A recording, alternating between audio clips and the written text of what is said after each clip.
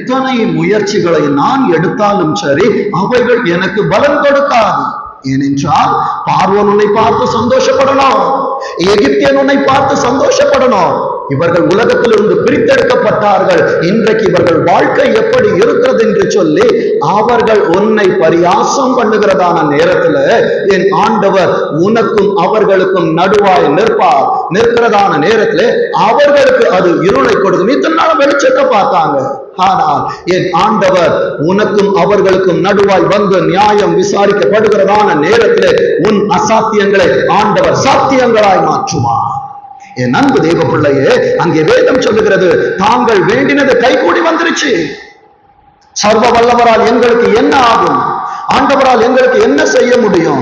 இன்றைக்கு புசிப்போம், குடிப்போம், நாளைக்கு நாங்கள் மரிப்போம் என்று சொல்லி வாழுகிறதான உலகத்திற்குள்ளா இருந்து வார்த்தைகளை கேட்கிற என் அன்பு சகோதரா சகோதரி, நீ